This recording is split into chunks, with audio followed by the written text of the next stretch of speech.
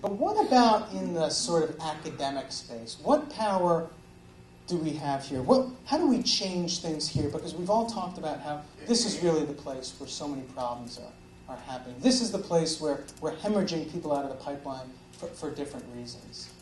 Andrew, yeah, please. Can I ask you a question before we move on to training? Of course, yeah. So what I'm hearing kind of sounds very familiar back at the very beginning of the HMO cycle. We had this data. Right. We knew this data. Payers knew this data.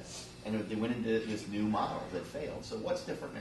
Yeah, no, it's a great question, Greg, and I get asked it a lot. And I travel around the country a lot with Paul Grundy, and he also gets asked in many ways. I'd say number one, the crisis has gotten worse. And that's always, that's always a big deal. It helps.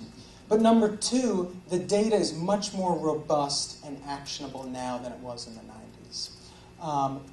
And the ability to see that people are shirking on care and not meeting certain quality metrics enables us to prevent that sort of abuse of, I've got skin in the game, and so all I'm going to do is just not give care. Not give care. Does that make sense? Yes.